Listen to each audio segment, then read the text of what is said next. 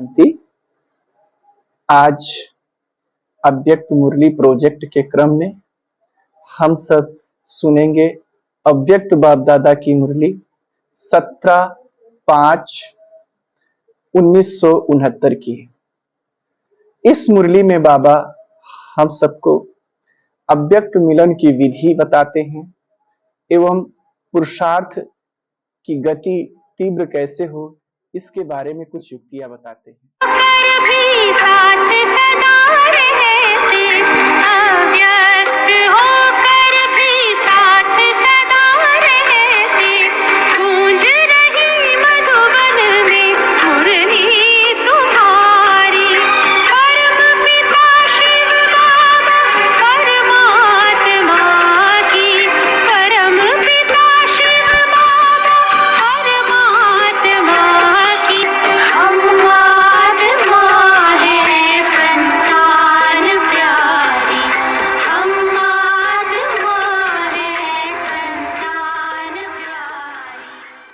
बाबा बच्चों से प्रश्न पूछते हैं कि बच्चे अव्यक्त मिलन का मूल्य जानते हो? अव्यक्त मिलन का मूल्य क्या है? किसी भी चीज को प्राप्त करने के लिए कुछ मूल्य चुकाना पड़ता है। अगर आप कहीं सब्जी खरीदने जाते हैं तो जो भी उसका मूल्य होगा वो देना पड़ेगा, तब वो आपको मिलेगा। अगर कोई आप डिग्री लेना चाहते हैं तो उसके लिए समय, श्रम, फीस जो भी पड़ता है वो मूल्य चुकाना पड़ता है, फिर आपको डिग्री मिलता है। ठीक इसी प्रकार से अगर आप चाहते हो कि आप हर पल हर क्षण बाप दादा से अव्यक्त मिलन मनाएं, परमात्मा के सदा संग रहें, परमात्मा सदा आपके साथ रहे, तो उसके लिए कुछ मूल्य चुकाना पड़ेगा। वो मूल्य क्या है? तो बाबा कहते हैं अव्यक्त भाव। अव्यक्त भाव में आना पड़ेगा और व्यक्त भाव को त्यागना पड़ेगा। दूसरे शब्दों में कहें तो हमारी रुचि है, जैसे छोटे बच्चे की रुचि होती है खेल कूद में, मित्रों के साथ रहने में, पढ़ने लिखने में रुचि नहीं होती है, लेकिन अगर उसको पढ़ना होता है तो अपने उन रुचियों को, खेलने कूदने, इन चीजों को कम करना पड़ता है। यही उसका मूल्य हुआ। ठीक इसी प्रकार से अगर हम अव्यक्त बाप दादा के साथी बनना चाहते हैं, हमारा उससे मिलन निरंतर होता रहे, अगर हम ये चाहते हैं तो उसके लिए हमें देह भान को छोड़ना पड़ेगा। क्योंकि देह भान में, व्यक्त भाव में हमारी रुचि है, व्यक्त संसार में हमारी रुचि है, जन्म जन्म से हमारी ये रुचि रही है, द्वापर युग से। लेकिन अब चूंकि बाप दादा अव्यक्त है, उससे हमें मिलन मनाना है, तो हमें अपने व्यक्त भाव को छोड़ना पड़ेगा। इसकी चर्चा पहले भी हो चुकी है कि अव्यक्त भाव क्या है और व्यक्त भाव क्या है। व्यक्त क्या होता है, अव्यक्त क्या होता है। तो जो भी निगेटिविटी भावनाएं हैं, नेगेटिव भावनाएं हैं, उनको आप व्यक्त भाव कह सकते हैं। शुभ कामना, शुभ भावना की भावनाएं, जो भी पॉजिटिव क्वालिटीज की भावनाएं हैं, उनको आप अव्यक्त भाव कह सकते हैं। तो निगेटिव क्वालिटीज को, विकारों को, देह भान को छोड़ना पड़ेगा, पॉजिटिव क्वालिटीज को, सद्गुणों को धारण करना पड़ेगा, ऐसे बाबा कहते हैं। फिर बाबा इसमें हम सबको दृष्टि देते हैं कि अव्यक्त स्थिति की परख क्या होगी। सत्य बात तो यह है कि हम अपने लिए भी परखें और दूसरे के लिए भी परखें, परखने की शक्ति। अगर कोई आत्मा, कोई व्यक्ति अव्यक्त भाव में रहता है, अक्सर अव्यक्त स्थिति में रहता है, इसका मतलब परमात्मा सानिध्य में रहता है, तो उसके जीवन में क्या परिवर्तन दिखाई देगा, बाहर से क्या दिखाई देगा, हम कैसे जानें? क्योंकि कभी कभी हम भूल कर जाते हैं। जब हमारे पास परखने की शक्ति नहीं होती है तो कोई बहुत पहुंचा हुआ भाई बहन होता है, लेकिन हम उसको हल्के में ले लेते हैं और उसको कभी कभी इग्नोर भी कर देते हैं, कभी कभी उसका भूल चूक में अपमान भी कर बैठते हैं। और कभी कभी अगर हमारे पास परखने की शक्ति नहीं है तो नॉर्मल व्यक्ति को या फंसाने वाले भाई बहनों के चक्कर में फंस भी जाते हैं, क्योंकि परख है नहीं। उसने लंबी चौड़ी हाँक दिया कि मैं तो सीधा बाबा के कनेक्शन में हूं, तो पर हम प्रभावित हो गए। तो बात यहाँ ये है कि अव्यक्त स्थिति की परख क्या है, ये बहुत जरूरी है। परखने की शक्ति होना बहुत आवश्यक है। तो बाबा बताते हैं कि जो आत्मा अव्यक्त स्थिति में अधिक से अधिक स्थित रहती होगी, या जितना मात्रा में अधिक स्थित रहती होगी, उतना उसके कर्म में अलौकिकता दिखाई देगी। क्या दिखाई देगी? कर्म में अलौकिकता दिखाई देगी। अलौकिकता मतलब डिवाइन, उसके कर्म दिव्य होंगे। बोल से तो वो सर बोलता है कि हम सीधा बाबा के बाद हम ही हैं, लेकिन आपको बोल में नहीं जाना है, वाइब्रेशंस में जाना है और कर्म में जाना है। कर्म में दिव्यता दिखाई देगी, हर कर्म में।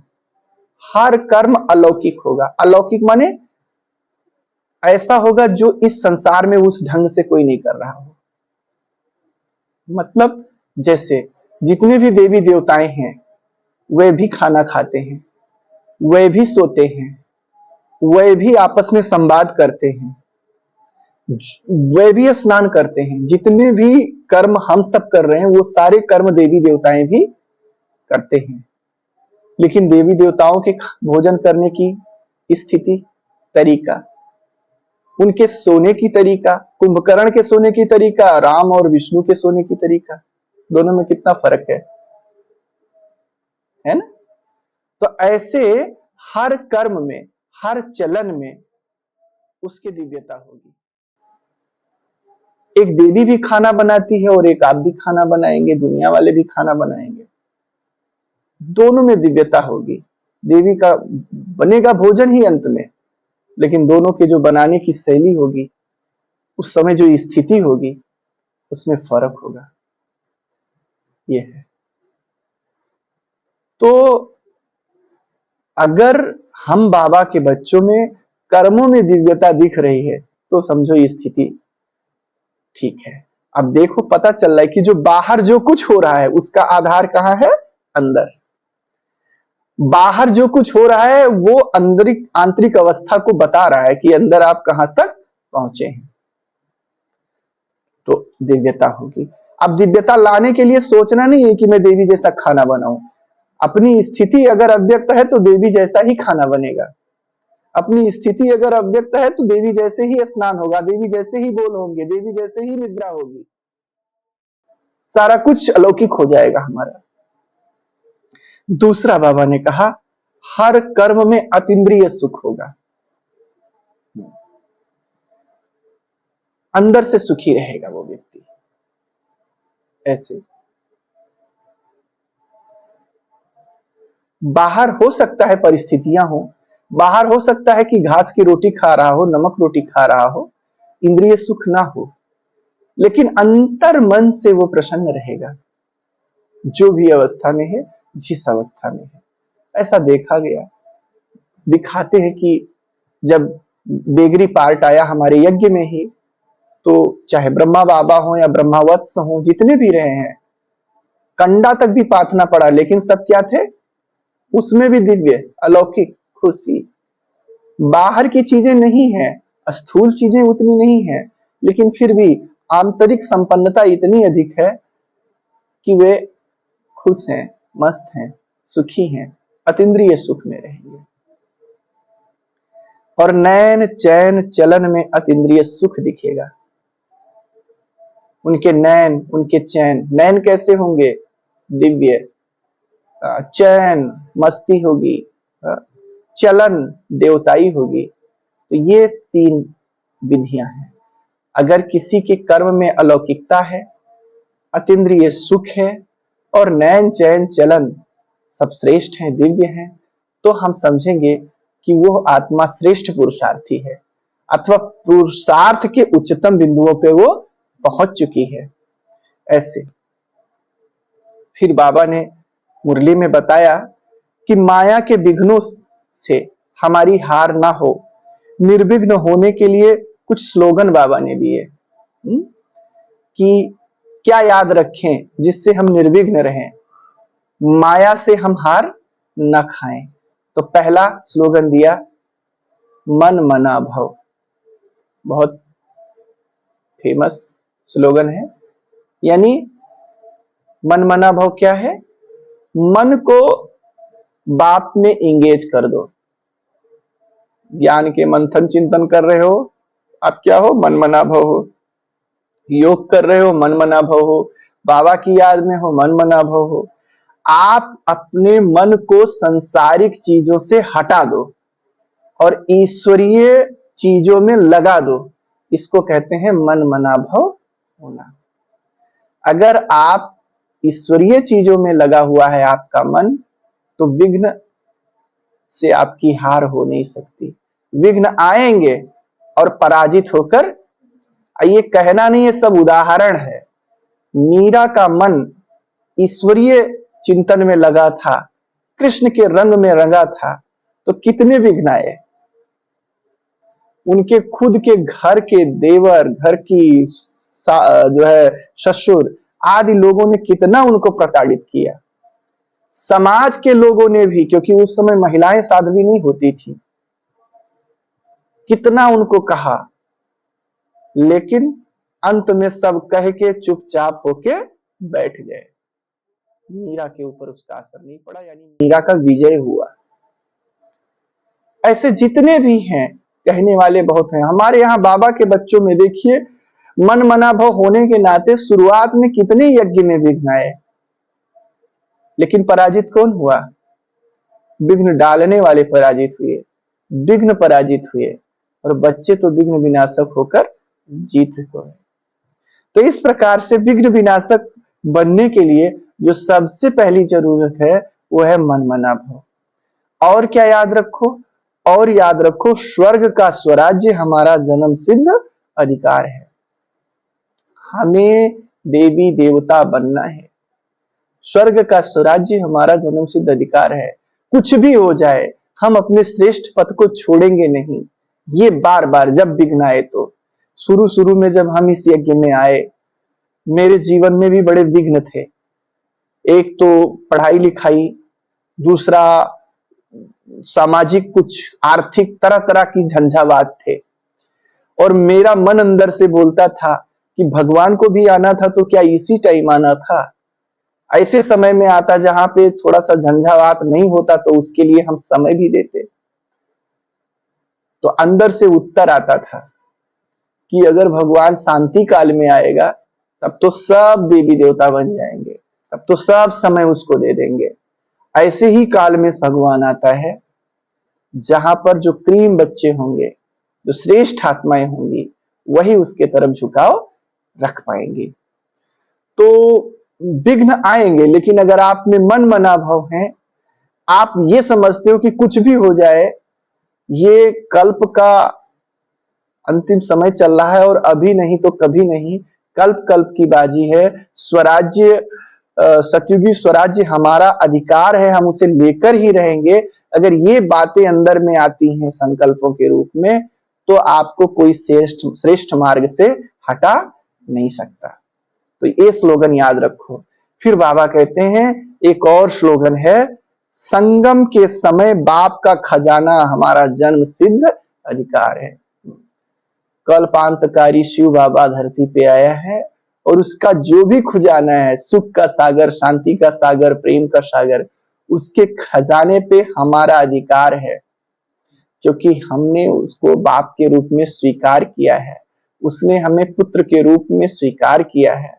अगर इस प्रकार से हम संगम युगी खजाना लेकर ही रहेंगे, अंदर ये प्रतिज्ञा रहेगी, तो आपको आपके श्रेष्ठ मार्ग से कोई भी विघ्न, कोई भी परिस्थिति हटा नहीं सकती। कभी कभी प्रकरण आ रहा है तो मैं बात रख रहा हूं ताकि बात स्पष्ट हो जाए। कभी कभी आपके जो भाई बाहर वाले तो आपको सता रहे हैं या परिस्थिति पैदा कर रहे हैं, तो वहां तो आप सह लेते हो। अब जब आश्रम के लोग ही आश्रम के लोगों के लिए परिस्थिति बन जाते हैं, तब आपको कष्ट होता है। आपको लगेगा कि अब क्या करें। बाबा ने इसको कहा है संस्कारों का टक्कर होता है, तो आप कहेंगे कि अब क्या करें। उस समय अगर आएगा कि इनके वजह से हम संगम युग का खजाना छोड़ेंगे, इनके वजह से हम बाप को छोड़ देंगे, चीलर के वजह से कोई कथरी छोड़ देता है। अगर आपके अंदर ये भावनाएं आती हैं तो आप यज्ञ में बने रहेंगे, पुरुषार्थ में बने रहेंगे और बाप के बने रहेंगे। बाबा ने एक और बात कहा कि अगर अधिकारी समझेंगे तो आधीन नहीं होंगे कभी भी। अगर आपको ये रहे अंदर में कि मैं अधिकारी आत्मा हूं, किस किस चीज की, बाप के खजानों का अधिकारी हूं, स्वराज्य के सुख का अधिकारी हूं, प्रकृति का पति हूं। प्रकृति का क्या हूं? पति माना अधिकारी हूं, मायापति हूं। ये माया मुझे सताएगी, इसके पति तो हम हैं, हम इसे सताएंगे। जब ये होगा कि माया के हम अधिकारी आत्मा हैं, तो आपको न माया न प्रकृति कोई भी आपको परेशान नहीं कर सकेगा। इसलिए अधिकारी समझना है। तो अगर अतीन्द्रिय सुख है तो अधिकारी समझो, और जब अधीन बन जाते हो तो पराधीन सुख सपनों नहीं, फिर आपको सुख हो नहीं सकता चाहे जहां रहो। फिर वही होगा जल बिच मीन पियासी। भगवान आया है, भगवान के घर में रहते हुए भी सुख के प्यासे रहोगे। फिर बाबा ने 3 अवस्थाएं कही कि बच्चों की 3 अवस्थाएं हैं, और कौन सी अवस्था में अभी कमी है।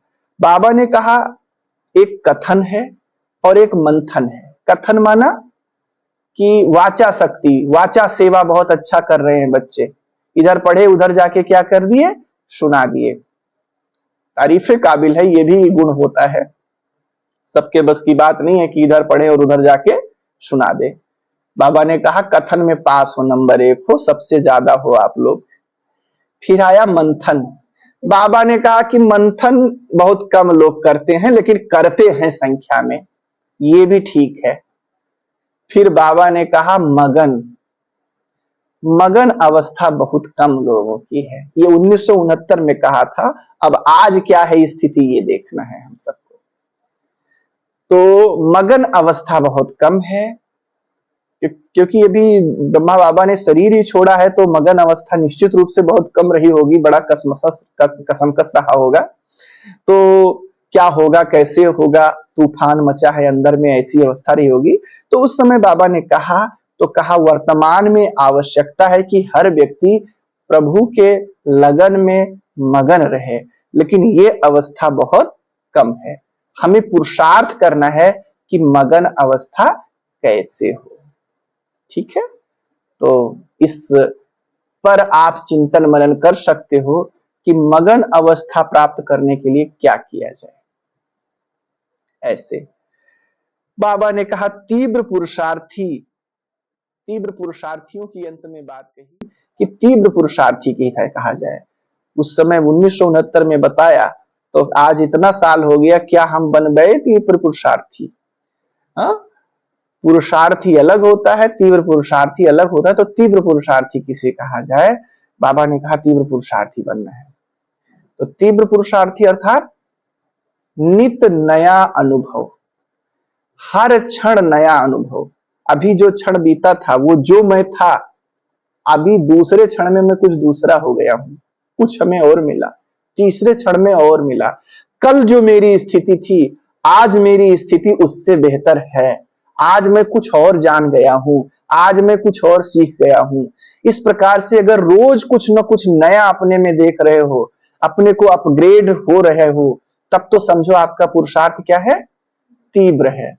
और अगर कुछ नवीनता का अनुभव अपने अंदर नहीं आ रहा है, कुछ मैंने गेन किया ये फीलिंग नहीं आ पा रही है, तो समझो कि फिर आप पुरुषार्थी हो। और आप जानते हो, अगर आपके जीवन में नित नया घटित हो रहा है, नित नया ज्ञान आप समझ में रहे हैं, नित नए बिंदु के राज मिल रहे हैं आपको, नित नया अनुभव हो रहा है, तो इसका क्या होगा? नवीनता आने पर क्या दिखता है जीवन में? खुशी।